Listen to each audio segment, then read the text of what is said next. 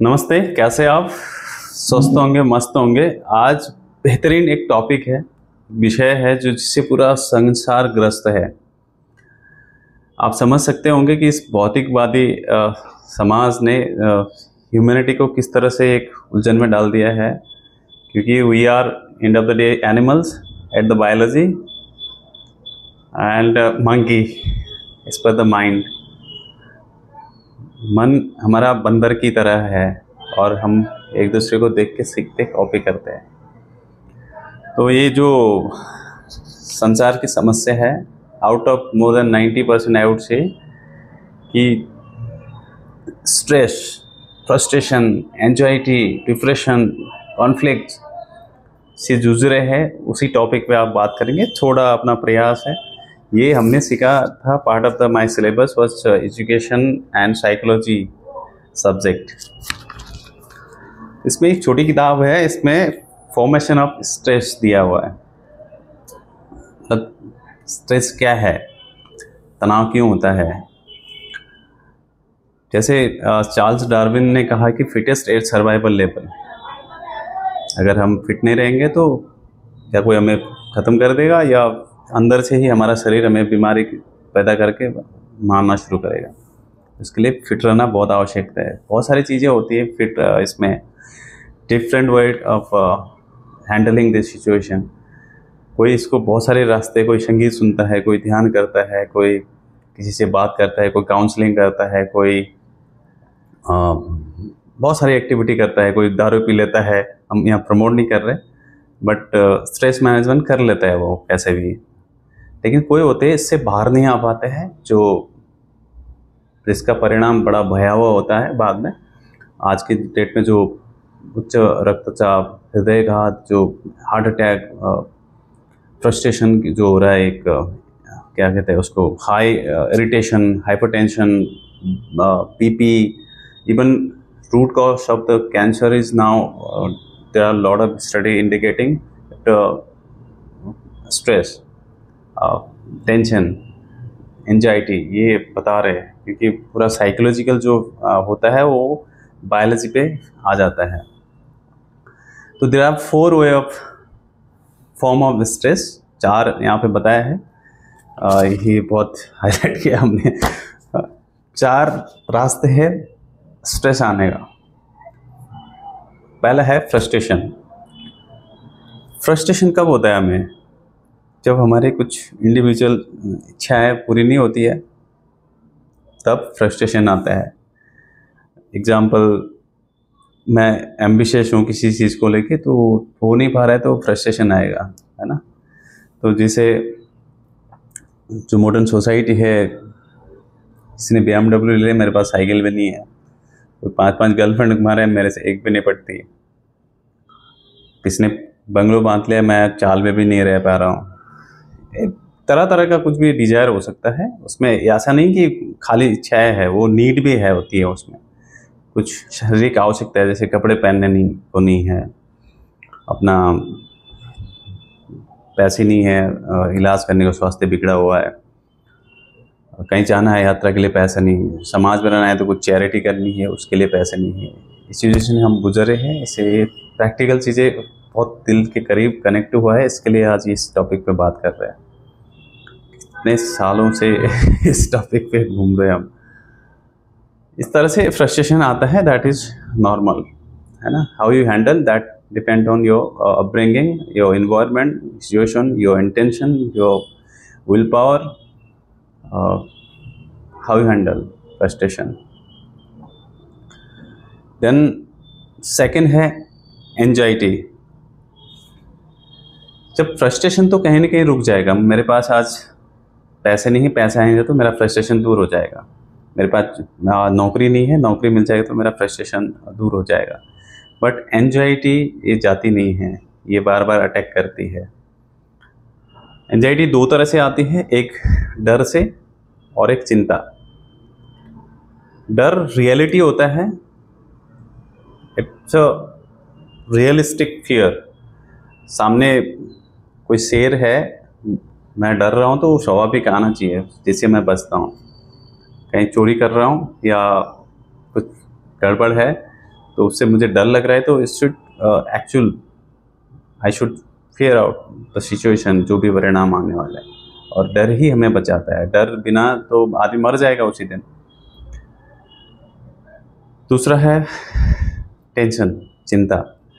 ये इसका कोई रूट कॉज नहीं है, ये जस्ट इमेजिन साइकोलॉजिकल इसका समस्या है, मानसिक समस्या। कहते हैं ना हर चीज़ की दवा है, बट इसकी वहम का क्या दवा है? कुछ भी नहीं है। वैद्य क्या करेगा उसमें, या डॉक्टर क्या करेगा? कोई नहीं कर सकता है, क्योंकि वो रॉन्ग इंटेंशन है।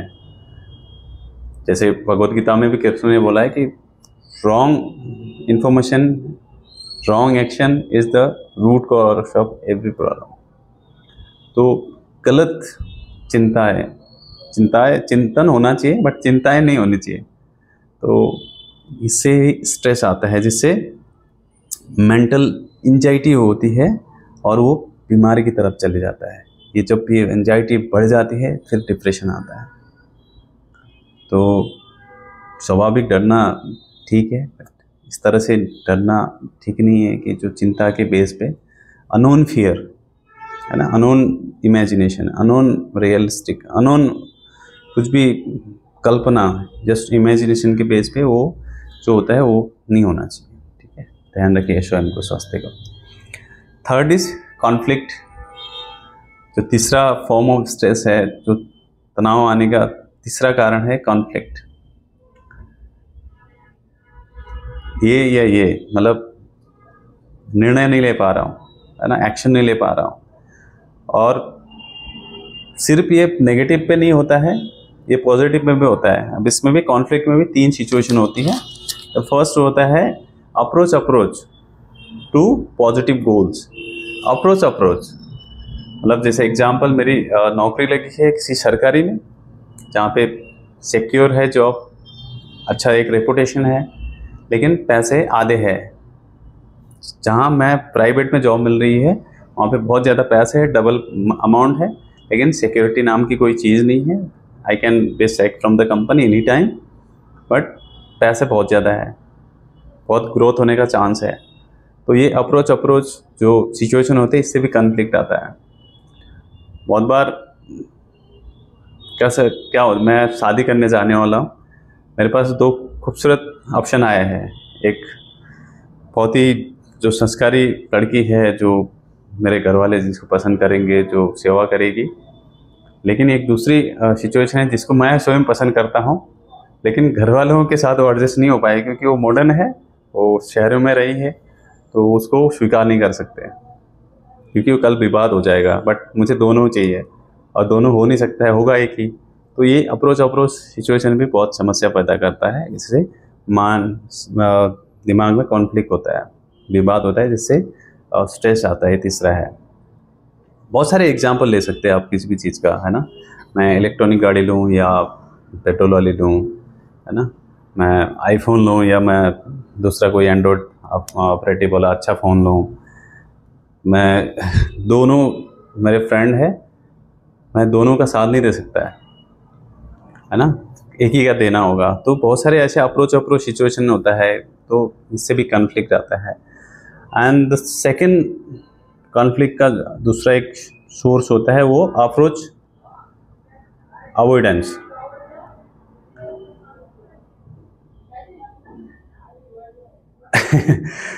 अब इसमें कैसा, जैसे एग्जाम्पल यहाँ पे दिया है कि इंटरकास्ट मैरिज का दिया है, बहुत बेहतरीन एग्जाम्पल है। अप्रोच चाहिए, अवॉइडेंस नहीं चाहिए।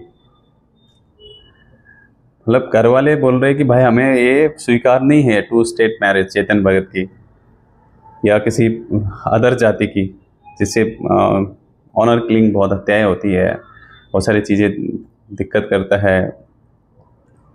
लेकिन चलो आपके घर वाले मान भी लेंगे, लेकिन आपका समाज स्वीकार नहीं करेगा। आप एक समाज की नज़रों में गिर जाएंगे। एक बिरादरी होती है, हम कहीं भी, ये सिर्फ इंसानों में नहीं है, जानवरों में भी एक कम्युनिटी होती है। आप कौओं को किसी कोयल के साथ में घूमते हुए नहीं देखा होगा, या किसी पैरट को किसी दूसरे बर्ड के साथ घूमते हुए नहीं देखा होगा, या मंकीज़ को किसी रेड जो मंकीज़ होते हैं या दूसरा जो चिंपैंजी होते हैं वाइट वाले, उनके साथ, ब्लैक वाले उनके साथ घूमते हुए नहीं देखा होगा। या जो शेर होते हैं, श्याल या खरगोश, सबका अपनी अपनी कम्युनिटी होती है। तो ये अप्रोच आप तो चाहते हैं, लेकिन क्या कहेंगे, इसका भी डर होता है। और थोड़ा थोड़ा होना भी चाहिए ना। ये जैसे एक खूबसूरत बेहतरीन उदाहरण है रामायण का। राम को, भगवान को पता था कि सीता शुद्ध है, कोई उसमें मिलावट नहीं है, प्योर है, लेकिन फिर भी जो एक राजा के ऊपर लांछन लग गया था कि भाई परिस्थिति को ने जिसने भोग किया है वो लेके राजा रानी बना के रखा है, मैं ऐसे नहीं मानता। एक धोबी सामान्य इंसान की भी सुनते हुए उन्होंने वो निर्णय लिया कि उनको वनवास भेजा वापस, मतलब त्याग किया। तो उस पर कुछ अनेक तरह की टिप्पणियाँ करते हैं अपने अपने हिसाब से किसी को स्वतंत्र है, डेमोक्रेसी में वो नहीं है। बट एक बेहतरीन उदाहरण है, यहाँ पे बहुत सारी सीख है। अगर आप डिटेल में पढ़ेंगे तो आप समझेंगे। बहुत बार एक बार में नहीं समझेगा किसी के कहने से, खुद स्वयं रियलाइज़ करें कि वो सिचुएशन क्या थी और क्यों किया। इसलिए ऐसे ही नहीं कहते उनको मर्यादा पुरुषोत्तम। तो अवॉइड अप्रोच, ये नहीं मुझे नहीं चाहिए, ये मुझे चाहिए भी, लेकिन नहीं हो पाएगा, ये दूसरा स्टेज है। तीसरा है conflict sorry to negative avoidance goal. जैसे एक यहाँ पे एग्जाम्पल दिया है कि दोनों ही मुझे नहीं चाहिए, लेकिन एक तो स्वीकार करना ही पड़ेगा, है ना। जैसे एग्जाम्पल, ये रियलिस्टिक एग्जाम्पल नहीं है। एक सपोज यमराज आपके पास आया या काल मृत्यु आपके सामने आई, बोला भाई एक तरफ आपकी माँ मरेगी या एक तरफ आपकी पत्नी मरेगी, दोनों में से तो एक मरना होगा, बट आप एक ही को बचा सकते हैं। इसको बोलते हैं धर्म संकट। तो एक मुझे दोनों भी नहीं मरना चाहिए, मतलब दोनों भी ऐसा नहीं होना चाहिए। जैसे मैं शादी करी, मुझे माँ को भी नहीं छोड़ना है, मुझे पत्नी को भी नहीं छोड़ना है ना। तो बट सिचुएशन घर घर की कहानी है, क्या होता है पूरे घर, कैसे क्या होता है कि सबको पता है, इसमें ज़्यादा बोलने की आवश्यकता नहीं है। सास भी कभी बहू थी वाला सिंपल है। जब बहू बाद में सास बनेगी तो वो भी वही करती है जो उसकी सास करती थी। तो ये चीज़ अवॉइडेंस सिचुएशन है, लेकिन स्वीकार तो करना ही पड़ेगा। मुझे दोनों ही नहीं चाहिए, है ना। मुझे कोई भी सिचुएशन दोनों नहीं चाहिए, लेकिन एक को तो मेरे को एक्सेप्ट करना ही है, कोई ऑप्शन ही नहीं है ना। मुझे दिल्ली भी नहीं जाना है, मुंबई भी नहीं जाना है, या मुझे यूरोप भी नहीं जाना है, अमेरिका भी नहीं जाना है, बट जाना ही पड़ेगा। कंपनी ने ऐसा निर्णय लिया है कि आपको वहीं ट्रांसफ़र कर रहे हैं, या तो फिर आपकी जॉब गई। तो ये टू नेगेटिव गोल्स भी बहुत स्ट्रेस क्रिएट करता है। और चौथा है प्रेशर। ये भी बहुत फ्रस्ट्रेशन का कारण बनता है। बहुत सारे इसको एक्सप्रेस नहीं कर पाते। आज तो खैर अब टेक्नोलॉजी की वजह से लोग निर्णय पता एक्सप्रेस कर रहे हैं, स्वयं को रिवोल्ट कर रहे हैं, बट फैमिली प्रेशर होता है ना। दबा दिया जाता है हमारी इच्छाओं को। मुझे करना था आर्ट्स, मुझे भेज दिया गया कॉमर्स, क्योंकि मेरे माता पिता कॉमर्स बैकग्राउंड से थे। उन चाहते कि सीए बने, कुछ एमबीए करे या कुछ बैंकिंग करे, जो भी चीज़ें उससे बिलोंग करती। या मेरे को पेंटिंग करनी थी, मेरे को मन नहीं लगता है साइंस में। मुझे इतिहास में रुचि है, मुझे भूगोल में रुचि है, मुझे इस कॉस्मोलॉजी में रुचि है, मुझे स्विमोलॉजी में रुचि है। बहुत सारी चीज़ों में मेरा फिलोसफी में मुझे रुचि है, लेकिन मेरा पैशन है। मेरे परिवार के प्रेशर के कारण मुझे भेज दिया गया साइंस बैकग्राउंड में। मुझे बोला कि तुम इंजीनियर बनाओ, डॉक्टर बनाओ। तो इससे भी प्रेशर बहुत क्रिएट होता है, जिससे बहुत डिस्टर्ब होता है, मेंटली प्रेशर आता है, तकलीफ होती है। इसी तरह बहुत सारे एग्जाम्पल है।